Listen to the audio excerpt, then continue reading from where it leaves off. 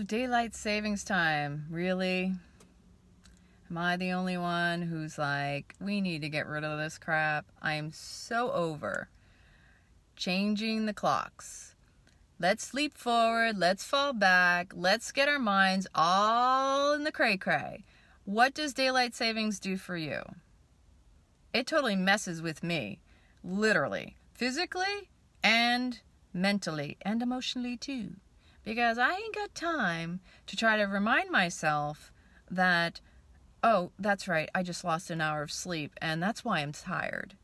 And then my body's just like, 1 hour makes a huge difference, doesn't it? We're not even having to change time zones. We're making a time change in our own zone. Is that not the craziest thing you've ever heard? Like, we've been doing this. It's almost like crazy monkeys chasing their tails. And if anything, it can put your mind in... Do you play this game? Because I do this.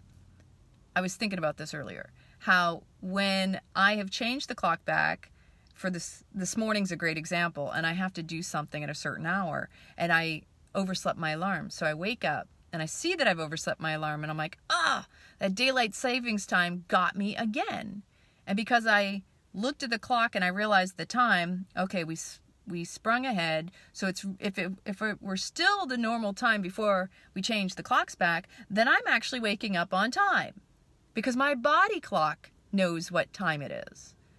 Not the man-made physical clock that we are reliant upon and we hold everyone to. Oh, you gotta be on time. Oh, you're off, you're late. You're early. Like, there's so much constraint, so much extra pressure, so much added stress on something so simple as changing the time, whether we're going forward or falling back. Most of us aren't even present in the moment, let alone having a clock tell us what time it is.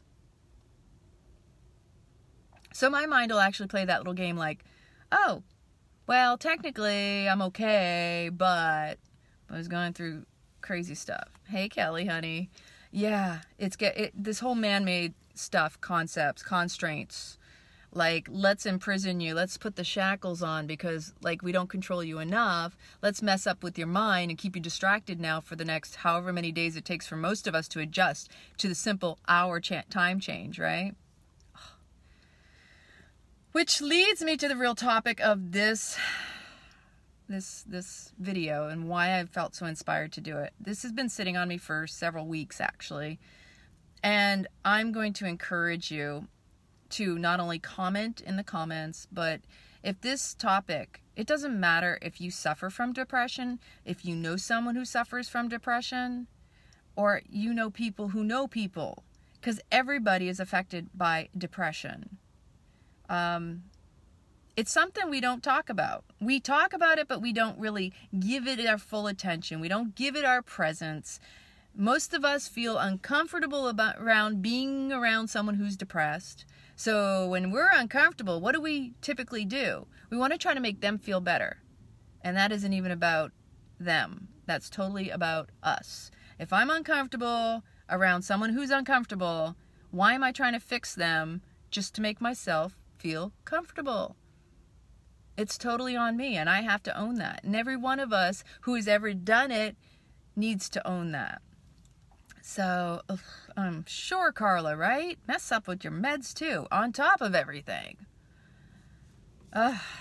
So, the reason I brought up this conversation about depression is because I have suffered with depression off and on throughout my life. Now, it's not something you'll ever hear me go, oh yeah, I'm depressed. No, I don't go around talking about it because the fortunate gift that I have is I have the tools to work with. I have Kundalini Yoga that to me is a total godsend and a gift. Now, everybody's going to find something. It doesn't have to be what I found, and I don't expect everybody to be able to work with what I've got because I know what works for me, and that's the key.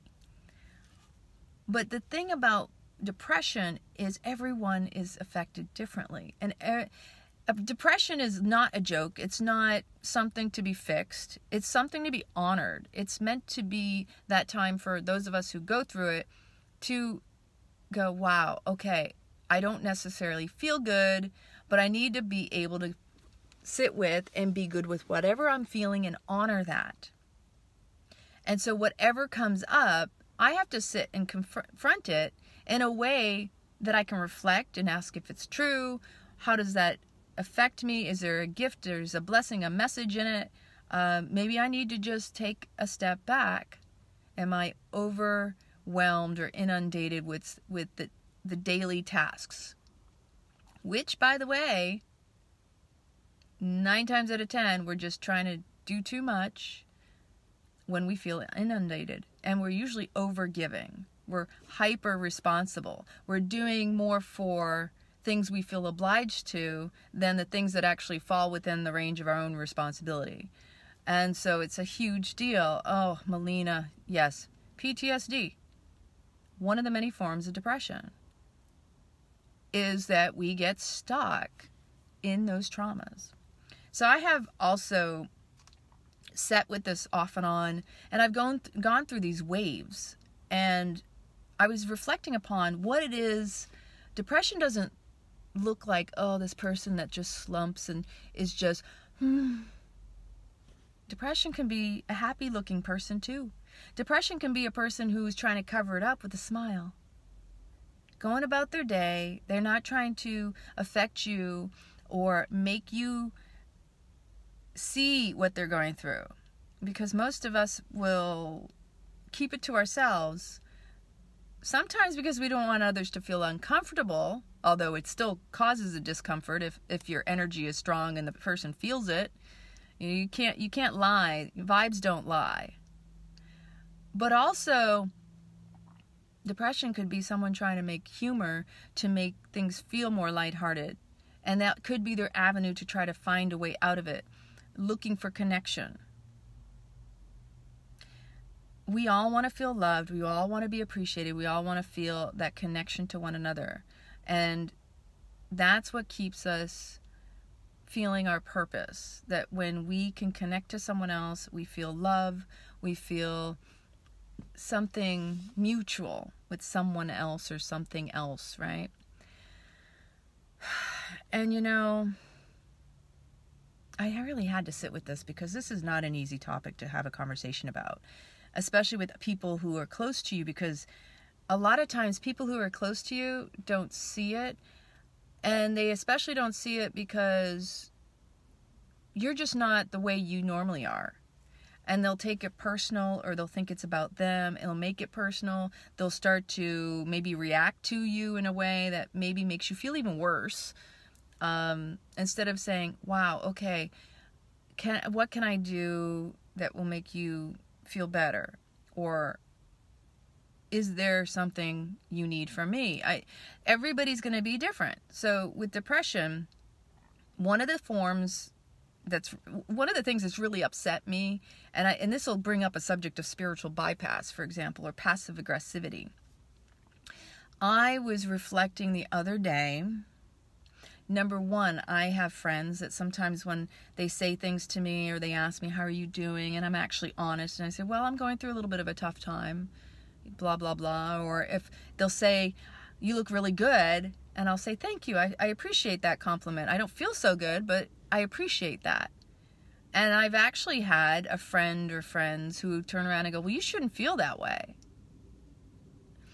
Let me tell you something, and it doesn't matter if the person's depressed or not. Never tell a person what they should or shouldn't feel for your comfort. Because the irony is a response like that just basically tells you that the other person responding is uncomfortable with your response. They're already trying to make and validate what you've said. They're trying to validate their own feeling through invalidating your feeling. Can any of you relate to this? Let me know in the comments, because this is really huge. And this is the thing about any emotional experience that we have.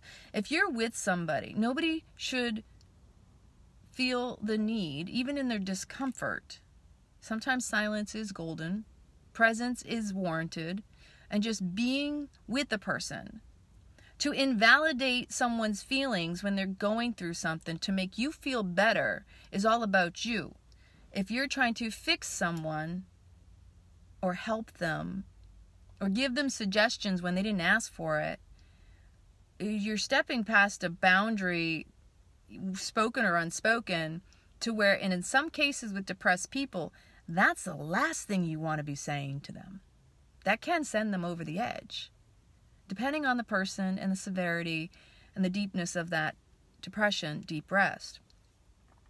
I myself, I know what comes up in me if someone tells me I shouldn't feel a certain way or tries to invalidate the way I feel. See, number one, it's about trust, right? So if you're willing, as a person, even myself, who says I'm going through depression, the last thing I need is for someone to tell me, well, why? What? You have no reason to be depressed, or is it about me? Or like, people will make it about themselves if they're not present with you and they feel uncomfortable. That's just the bottom line. And not everybody who's depressed can be compassionate and aware of what's transpiring within that kind of situation. But I can tell you some of the first things that will come up from a person who is depressed and actually has the courage and and puts themselves in that vulnerability to speak up and say, I'm depressed. First off, that's hard. Just saying that. I feel depressed. You don't have to fix me. Just honor and allow it. When someone tells you you shouldn't feel a certain way, it brings up anger. For me, that's the first thing that comes up. It's like, who the hell are you to tell me what I should or shouldn't feel? Seriously. Like, I'm a human being. I'm even sitting here in a turban. Hello. What do you think, just because I teach yoga that I'm supposed to be all zen and perfect like? That would be inauthentic and unrealistic. And so each and every one of us, I don't care what walk of life you choose, is still human.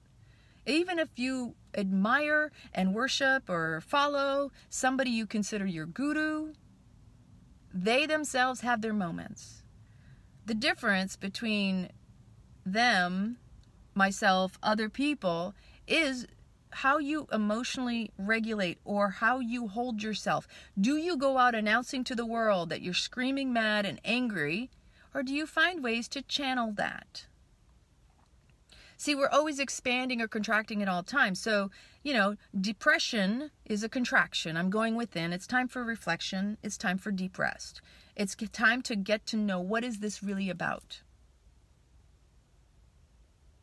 Hi, beautiful Mary Lou. Could someone please share this into the group? I would greatly appreciate it. I really want to see this shared, because this is a serious topic, and I'm especially doing this live for everyone. It doesn't matter if you've ever suffered with depression or not. I think this is something that we need to talk about, because it's happening, and there's a lot of stuff going on out in the world that is taking people out of their personal peace, their personal power, because there's so many distractions. And daylight savings time is just one of the many.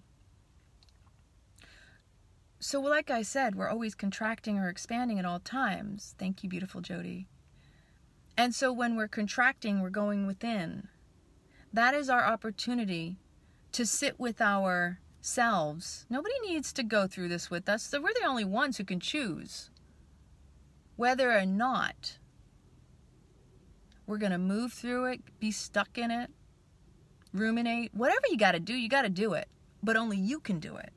I know I can only do it. I don't expect anybody to fix me. I am my own fixer. My thoughts made my reality. My situation is because of every choice I've ever made. I'm fully aware, and I take personal responsibility about that. I wouldn't be right here if it wasn't for every choice I've made along the way, every breath I've taken, every step I've taken.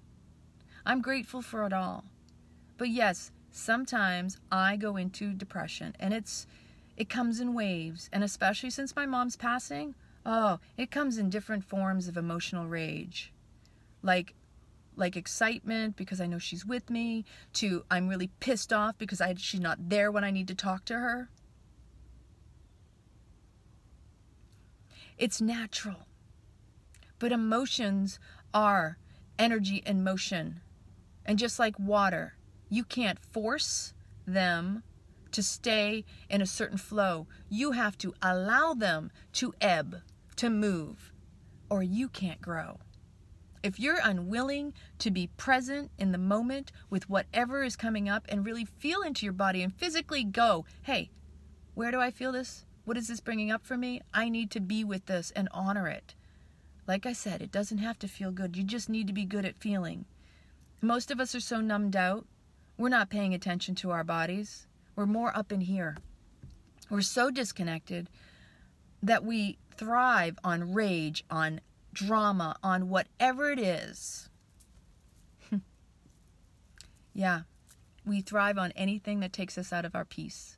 Because maybe some of us have been feeding off of adrenaline kicks, anger and arguments, and, you know, like I know past relationships that I've had where passion. How about this one? I came from a family that yelled, so that showed we cared. That was love. That was passion. That's actually ridiculous. It's a bad pattern. It's a legacy that gets passed on, where if you're in those kinds of relationships where arguments are normal, that ensue with rage and yelling and screaming, then you need to check what that is serving you. How is that serving you? Is it just because it's natural and normal for you? And have you ever sat with, is this good for me and the other person? Because it just takes a simple switch, and you can change that and shift it. But the first thing you got to do is identify it, own your part in it. We all take a part. There's no such thing as a relationship that doesn't have another side to it, even your own with yourself. So much of what I was sitting with, and I saw Kelly posted on there too, about as a woman, and I can only speak as a woman, I can't speak for you men, and I want to hear from the men too, because I think it's really important. Do you know that twice as many women as men between the ages of 40 and 59 suffer from depression? Thinking about those numbers, think about the men that don't report it, because I understand. Men are not allowed to technically feel or to talk about their feelings, or they've been conditioned and they believe that they're supposed to be strong, and they're not allowed to show emotion. So if they go into depression, it's the last thing they want to talk about, because then they think that's a sign of weakness. And if you're supposed to be the strong one, because that's just how men are supposed to be, that in itself, that can be depressing just thinking about it. But then as women, as I'm going to only speak for women, and please, gentlemen, if you're in here and you see this video, I want to hear from you. Have you suffered from depression? Have you felt guilty? And this is for everyone. Have you felt guilty about being depressed? Have you felt bad for being depressed or feeling anything? So as a woman, and this is where this is going, is that how many of us have been told you're sensitive, you're too emotional? Well, hello. Women, we're multifaceted. Number one, we're multitasking. We're doing it all. We're trying to do more than we should. We overcommit. Okay, I shouldn't even say we. I know for myself. I don't know for every woman, and I can't say that every woman is like that. But in our natural wiring as women, we are known to be able to multitask. And as our nature is to take care of others, my nature has been to always make sure everybody's taken care of. And I don't have a problem with that. I really don't, because to me, I came into this life to serve. The problem, whether it's myself or anybody else, is when we expect others to understand or to see what we're doing without ever saying anything or communicating it. Now, with that said, over the years, I have learned to speak up and say, this is too much, or learn to say no. Because for my own personal sanity, to establish healthy boundaries, the only way I can serve and take care of others and make sure everybody's taken care of is if I take care of myself. And of course, my own self-care has been tossed to the wayside quite often, more often than not. Am I emotional? Well, sure as heck, I hope so. Am I sensitive? I think it's a natural order of being human. Hello, we have 5 senses. If you're not engaging your senses, then that makes you, what, senseless? Or insensitive? Which would you choose? To be sensitive, senseless, or insensitive? Let me know in the comments, because I can be funny about it, or I can be, like, whatever. I'm serious. Hey, cousin. Mwah. Love you. And I love to play with words, so I could play with that one. Yeah, it makes you a robot for sure. I'm serious. I will be sensitive. I will choose sensitive any day. And as a woman, we're not supposed to speak up or talk about our feelings, because when we do, that makes others uncomfortable. See, that's why they call us sensitive ladies. If you have the courage, that's actually a strength, by the way, and that's a superpower. If you have the courage to say, this is how I feel, this is what I'm going through, people should honor that more so that we can trust those people more. Because what happens if you can't even trust the people around you that you're vulnerable and admitting, hey, I'm going through depression right now? Your presence is needed and required, but not necessarily to help or to fix me or to suggest anything. In my case, sometimes just knowing that the person is there to support me makes a world of difference. Not to be told how I should or shouldn't be, or try to be, manipulated into something that will make them feel better. That's the last thing anybody needs. See, there's this funny thing, it's called an ego, or a mind, or a will. It doesn't matter if you're depressed or not. Whenever someone comes in and tries to tell you how you should or shouldn't be, take a step back if you're one who ever does this, and ask yourself, would you want to be told what you should or shouldn't be, or how you should feel? And vice versa, before speaking, how should that be received if it was you on the other end? Whew, seriously. So as women, when we do speak up, what happens? We're quite often, the way that the old system has been, we're kind of like guilted. We're told we shouldn't feel that way, or that we're shut down, or condescendingly spoken to in a way that, oh.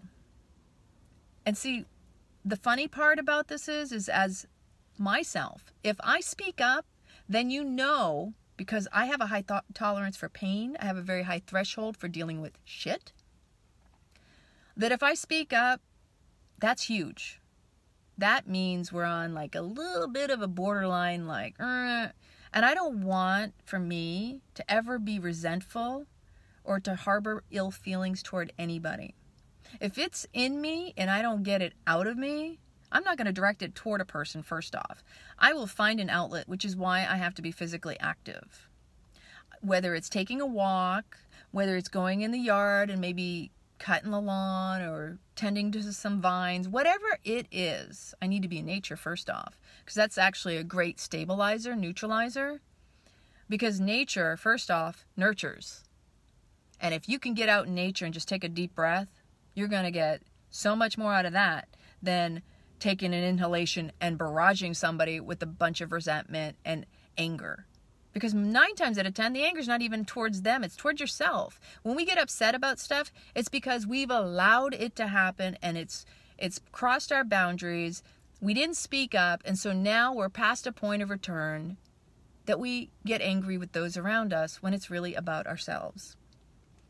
So, for example, I've had situations where when I finally speak up, number one, it's been used against me.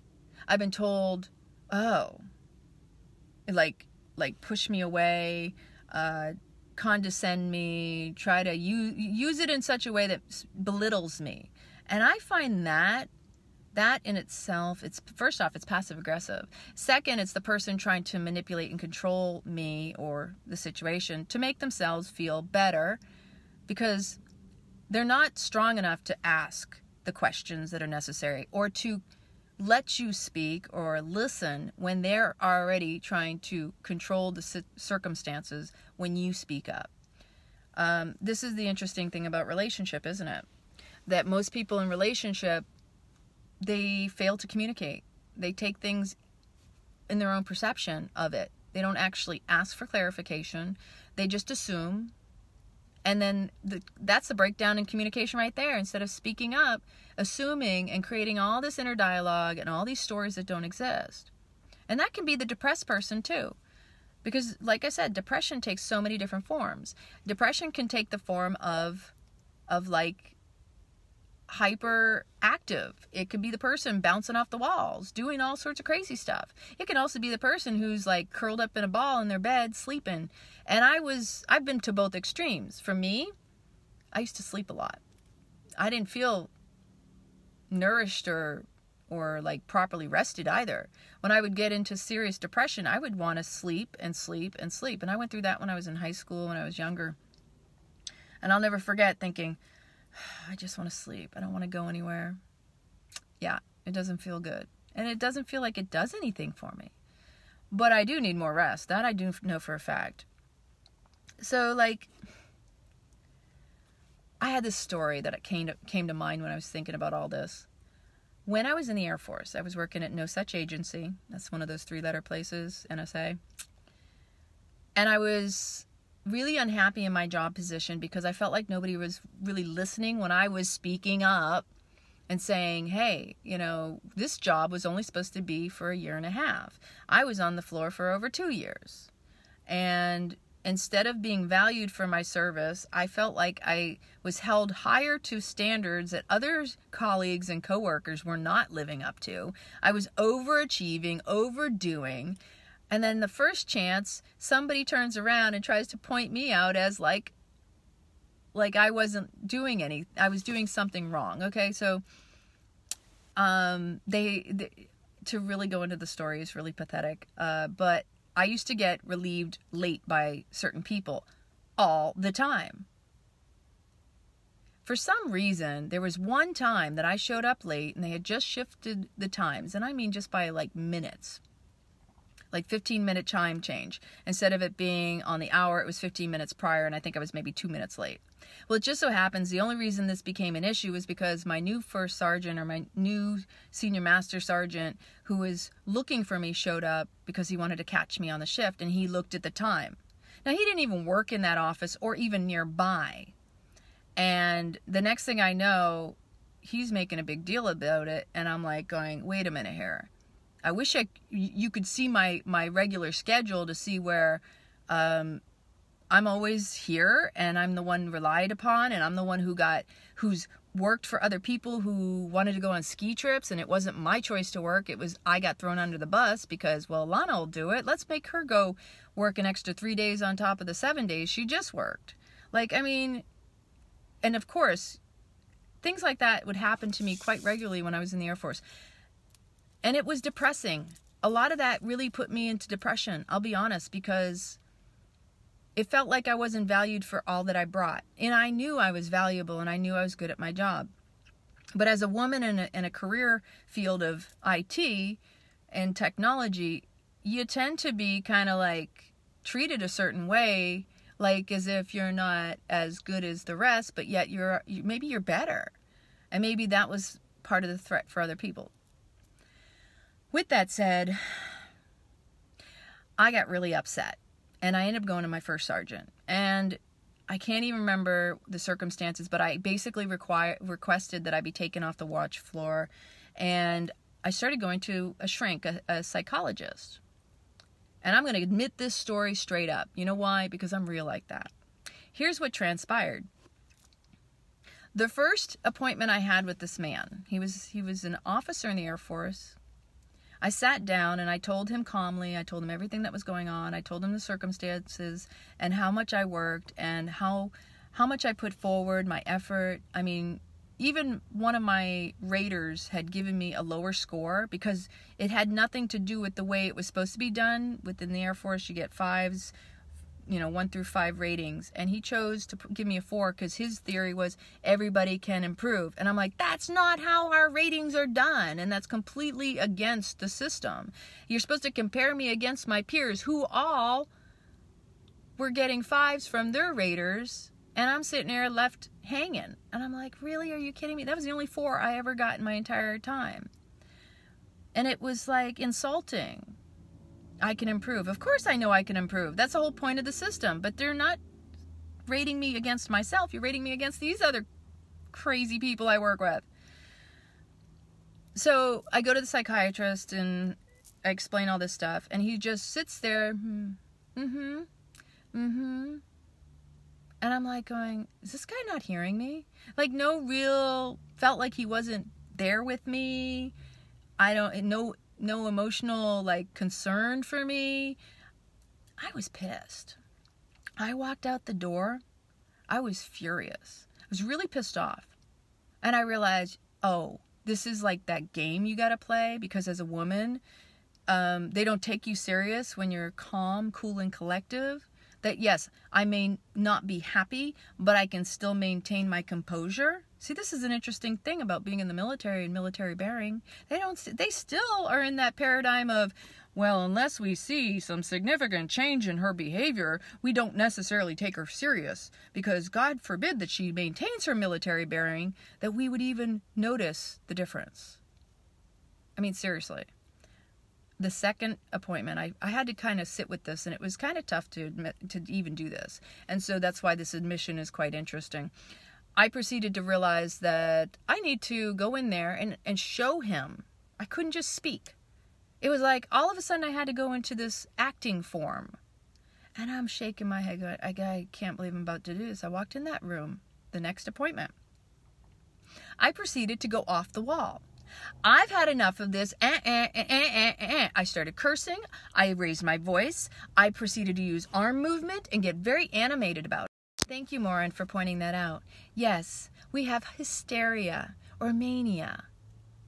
Are you kidding me? Did you know male hormones are pretty much like a woman's hormones when she's on her cycle? So if a man's on that kind of cycle hormonally, that means he's always in his flow time. Look that one up, because that one kind of cracked me up. I think it was back when I posted that thing about we all start out as female embryos. Yeah, it's God forbid that we are confident and strong enough to speak up for ourselves. They won't take you serious until you're hysteric. And that is, it's aggravating. Thank you, Derek. And I appreciate you as a man speaking on this. So going back to this, I go in that office and I realize I can't believe I have to play this game. And I walked out of there feeling like, are you kidding me? Did I really just have to do that? To me as a person, it doesn't even matter if I'm a male or a female. I find it insulting that I would even have to go there to act in such a way, to act. Actually, let's say it's not acting. Let's say, other than dramatizing, which is acting, and still, some people, that's the only way you get their attention, is through drama. Because it feeds their trauma. And that's that adrenaline rush. It's the addiction. Yes, you can be addicted to that. Hello. I realized it was like, I guess I got to kind of amp the actual realistic aspect of this on a level that speaks to them. Let's say I was communicating in their language of what it is they needed to hear to get the point and get the picture. And I was sick about it, because I walked out of there going, I was flat out, are you freaking kidding me that I had to act like that? I had to be like that? That's so not my behavior. If I needed to go there, that showed they weren't willing to meet me halfway or to actually hear me or see me. And that's a big key. If you are not present, then you are unwilling to see anyone or anything beyond your own peripheral. And this is huge. This is a key in any type of dealing with people with depression. Yeah, I agree, Kelly. And once you go into that, then they mark you. Yes, thank you, Holly. And that's the key there. That was another thing. They didn't take you serious when you were being calm, cool, and collective and confident. That now that you've gone into this space, now they will use that to discredit you and hold you down, to lift themselves up. And that's exactly one of the biggest problems in our culture and our society and the conditioning that has happened around the world. I don't care where you live. This isn't just in the U.S. So that they can act like they feel validated in thinking less of you when you, first off, they weren't listening to you to begin with. You were trying to give them a clue. You were trying to trust them. See, this is where the distrust comes from and why there's such a schism between men, women, and people across the globe. then instead of honoring people where they're at when they say they're at that point, you're already trying to beat them down and beat them up and make them feel even worse by re-victimizing them for feeling the way they feel. So if you feel something, you should feel bad about feeling that so that person can feel validated in their own discomfort. And they want to feel better about themselves because you feel bad. It's this craziness. Oh my God. Ooh. Yeah, there's a lot of male chauvinism in the military because there's this whole idea that, you know, men are supposed to be the protectors. And now, fortunately, I was in a space of information technology, computer systems. I have 2 degrees in computer science. And, you know, God forbid that I know my stuff. Even if I'm not current on it, I can still quickly learn it and recognize it. But, you know, God forbid if I show anybody or show up to do something that makes someone else look bad, it's on them, not on me. I'm the kind of person. I'm all about the web of inclusion. I'm a woman who wants to uplift others. I don't want to bring people down to make me feel better. That's not my modus operandi. I want you to be happy, and I would expect and hope the same in return. No matter where, whatever walk of life we're coming from. Doesn't matter what color you are, doesn't matter what gender you are, doesn't matter what you want to be identified as. I just really want to be happy. Is that so difficult? I really would love to know what all of y'all think about this and how maybe it's affected you. And I really only wanted to bring up that situation because that was a great example of how when you try to trust somebody, you open up with vulnerability and courage.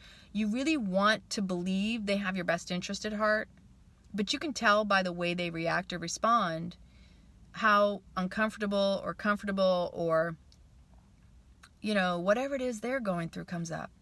Now, I'm not saying that shouldn't be honored, but that's something for the other person. That's why I said if you know somebody, whether it's somebody who has dealt with depression personally or somebody who knows somebody who they deal with that goes through depression, everybody can learn from this. If you are ever dealing with a person who's depressed, ask them what they need. Don't tell them what you think they need. Just be present with them. Do you know how invaluable it is? Do you know how hard it is to trust in this world? That the moment you start trying to fix or solve, that you have lost their trust. How hard it is as women for us to open up our mouths and say, here's how I feel, right?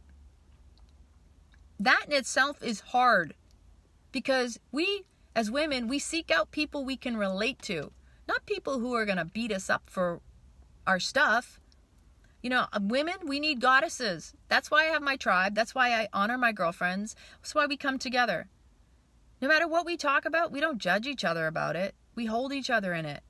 Really, let me hear more. Yeah. And if we want feedback, guess what? We ask for it. And if others are willing to give it, that's beautiful. Nobody's forcing anything upon one another. But, you know, that's, again, you got to seek out the right people who are going to bring you up. Because when I rise, you rise, not, you know, step on you and push you down. Because most of this has to do with constant being shut down, rejected, abandoned. Oh, you're depressed. Oh, is this about me? You want me to get out the door? You want to leave? I'm sorry, but that's the last thing anybody wants to hear when they're going through that. No, the most important thing you could ever tell a person who's depressed, I'm here for you when you need me. You might not need me now, but let me know. I just truly want you to know I am here for you. I don't know what to do, but if you have something that I can honor, I'm here. Truly, truly, truly. It is the hardest thing as it is to open your mouth and to say, this is how I feel. Even if you're not depressed. As a woman, as a man too, I'm speaking for everyone, but I'm especially speaking for myself as a woman. I know myself. I overachieve. I overdo. I am hyper responsible to the point where my mind is already thinking if some scenario. I'm already finding a solution. If I see something may not work out, my mind goes into solution mode. It doesn't go into who's right, who's wrong, pointing fingers, this and that. You know what? I don't think like that.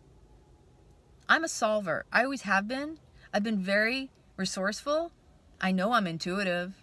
And I know I can give myself enough space and patience to find the proper solution when I am needing one.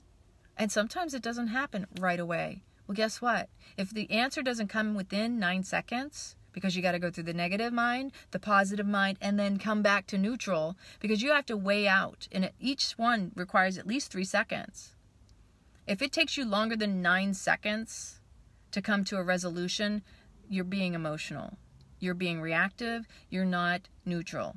You're either stuck in your negative or stuck in your positive.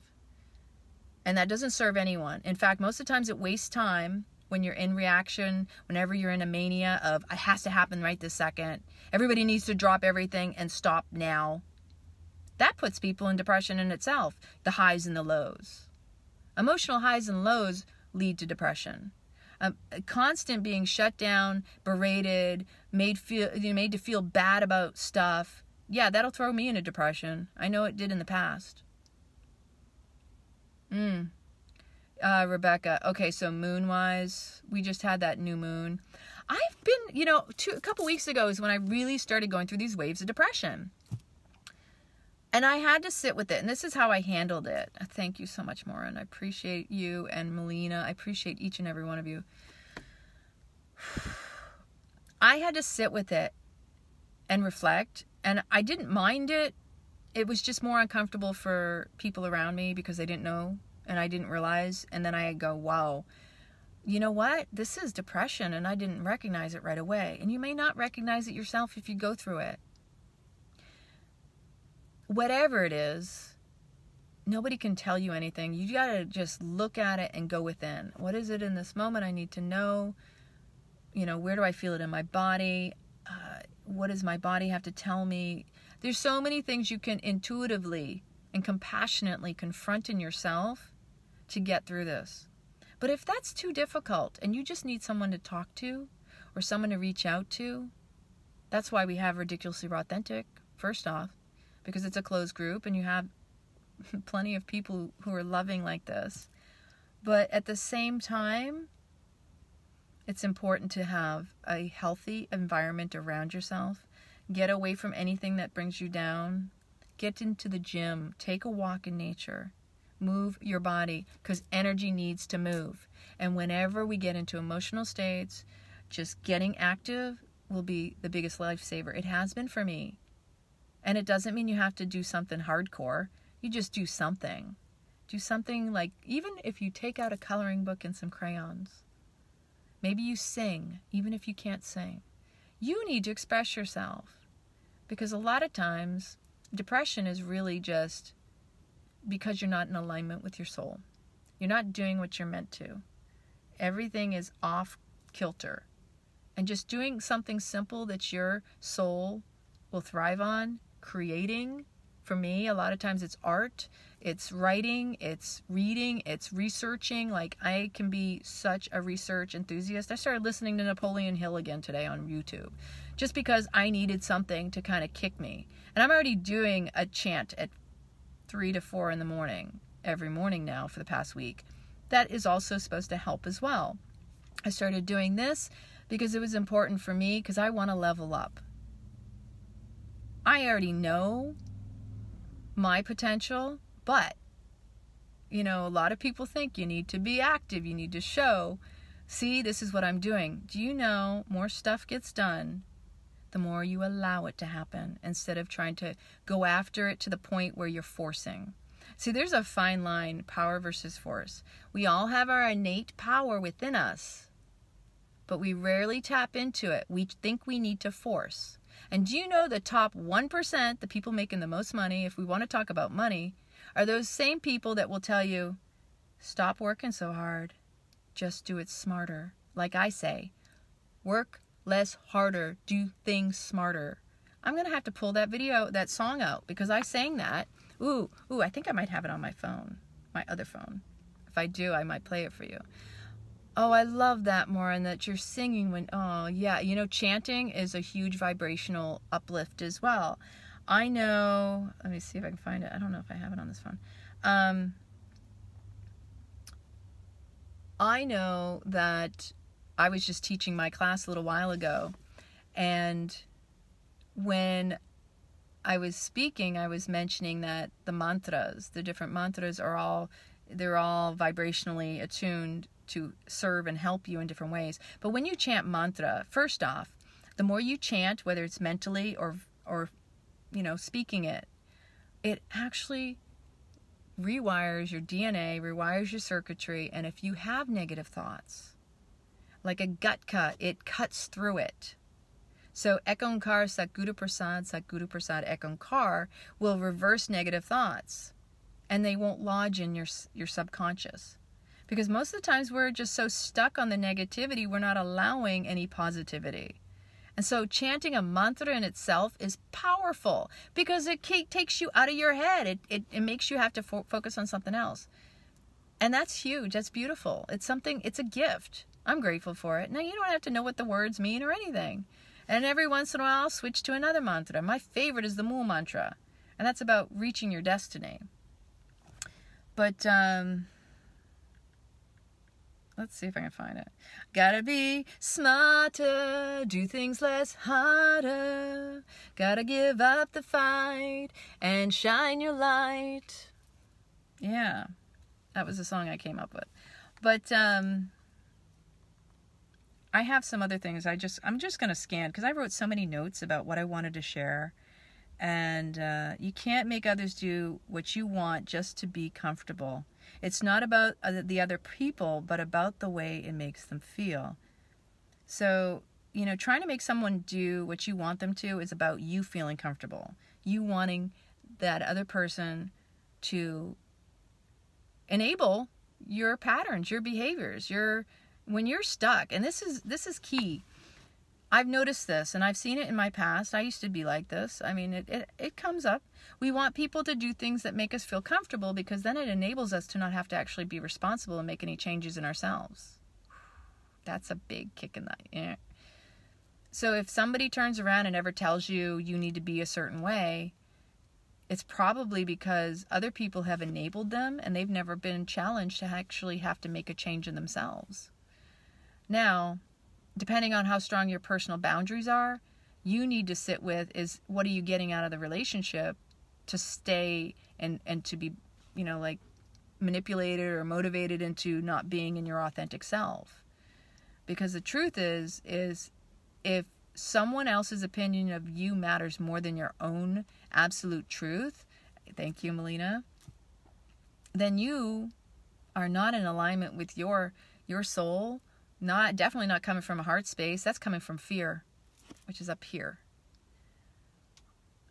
This here head towers over the heart to observe how the heart is supposed to operate from that loving space of compassion, non-judgment, absolute acceptance. This up here is not meant to suppress and depress and suffocate the heart just because of what it thinks it should be. It's a crazy thing about the mind. But sometimes that ego is so strong, it thinks, well, I'm all up here, so I gotta take control of the situation. Meanwhile, what suffers is your heart. Suffers is your heart. And I don't need any more suffering, do you? I mean, depression is not where we're meant to live. Depression is just a visiting stopover. And as I was saying, when I started noticing myself going through this, and I noticed how sensitive I was. I mean, there were certain things that were being said, and we're in Mercury retrograde. So miscommunications could be misconstrued or, it's not communicated. You're just assuming and creating your own story, right? I had to sit with it and go, okay, I've been here before. I'm not here to live. I'm going to honor this. And I still, it's a wave. It's contraction, expansion, contraction, expansion. I go back into a space of gratitude and recognizing how far I've come through all of my experiences and all of my journey. And that if I'm going through depression, something big is coming around the corner.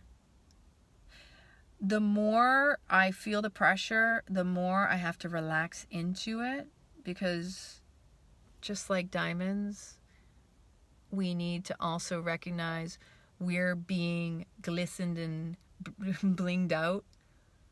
Without the pressure, how can you grow? Like the seed underneath the earth. If I'm unable to accept and allow the pressure, then how am I going to be able to emerge from my own chrysalis? Like, that's how I have to remind myself. Going into that space, I love butterflies for that. That's why my mom shows up all the time as butterflies. Because they are so powerful. They create their own cocoon around themselves, squeezing in there tight. They go through a total, like, meltdown, figuratively. They melt, and then they soften into these butterfly wings that they have to grow and emerge, and you can't help it. Nobody can help you get through your stuff. Only you can. There is nobody who can teach you anything you're not willing to learn. When the student is ready, the teacher arrives. It's not when the teacher's ready, hey, I got to teach all these people, that the students arrive. No, the teacher knows to allow the student to come to them. Otherwise, that's force. I don't have any time for that. That's wasted energy, in my opinion. I'd rather just conserve my energy and allow it to be used in a healthy manner. And so as that chrysalis is, so strong around the butterfly, if you try to help a butterfly, it won't be as strong as it would be on its own emerging. And sometimes, in most cases, it will die. And that so we all have something difficult and strong strengthening us, we have to go through it ourselves. Yes. Actually, you know what? The student becomes the master when they're able to master themselves and truly go within. You can be your own teacher, but you need to also be willing to also engage with other people, because there's an interesting dynamic in relationship, in community. We grow the most. We uplift each other's vibes just being around each other. So as a butterfly emerging, we will flourish even more in numbers and groups, which is why it's important you find a community that serves you and supports you and embraces you for all that you are and doesn't try to tell you what you should or shouldn't be or try to fix you in any way, shape, or form. So, yes, and we're constantly evolving. We're constantly going through a metamorphosis, right? Ooh, look, brighter light.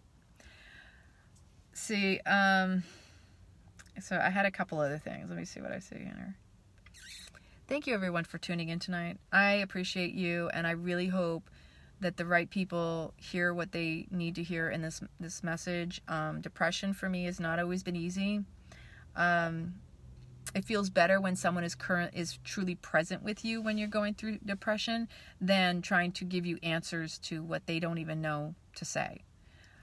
It's so important to truly. It takes a lot. It's not something that a depressed person doesn't handle well, typically, in my experience. Somebody telling them, okay, I'll leave you alone, because they don't know what to do. How about, you know, I don't know what to do, but I'm here if you need me. I'm in the other room. I'm only a phone call away. I'm up the street. Stop on by anytime. Whatever it is you can do, whatever they need, you have to ask. See, to understand where they're at, you literally have to step down from up here into here. You have to stand under. You have to go to where they're at. And it doesn't mean you have to fall into their depression, because you need to be strong in yourself first, whether or not you're there to support them. If you're unable, you can at least say, I'll be honest, I don't know what you're going through. I don't know what I can say, but if you have anything that you need and you feel I can offer you, I am here. You can only do the best you can. Yeah, And the present is the gift, right, Melina? Yeah. Thank you so much, everyone. We don't know. We don't know how strong we are. We're only as strong as we can be until we become weak. And that's probably the biggest link in depression. The stronger we are, it's because we've been weak. We've been through weakness. I can attest to this in all of my experiences in life, that no matter what I've been through, depression has served me. There's a gift in it every single time. There is a message, a blessing that I honor and I allow. And that's probably the one thing I would say, that if you ever find yourself in depression, you can always reach out to me in the group, whatever it is you need. If there's some way, shape, or form that I can show up for you, maybe I'll go live with you in the group. I am more than willing to do that. I honor that. If you really feel that confident and comfortable with me, I would do that in a heartbeat. Depression is no joke. And it can be challenging depending on how strong your depression is. And I love that, Melina. In fact, I've been meaning to make an appointment with the veteran counseling for women, because it isn't always easy, and sometimes it's finding time.